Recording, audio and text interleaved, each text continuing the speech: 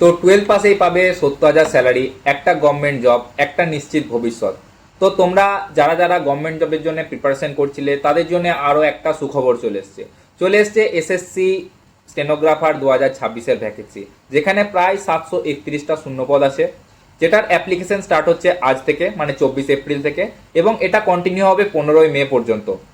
আর এটার exam date দিয়েছে tentative July থেকে আগস্টের মধ্যে। ঠিক আছে, তো তোমরা ঝটাপট দেরি না করে তোমরা তাড়াতাড়ি অ্যাপ্লাই করতে স্টার্ট করে দাও। আর এটার মেন এডুকেশনাল কোয়ালিফিকেশন হচ্ছে মাত্র 12 পাস বা 12-এর যে কোনো ইকুইভ্যালেন্ট।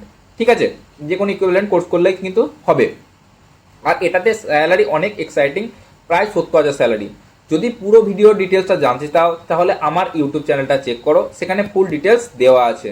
থ্যাংক ইউ, সবাই সাবস্ক্রাইব করো, বেল আইকন প্রেস করো, stay connected, stay tuned. Thank you.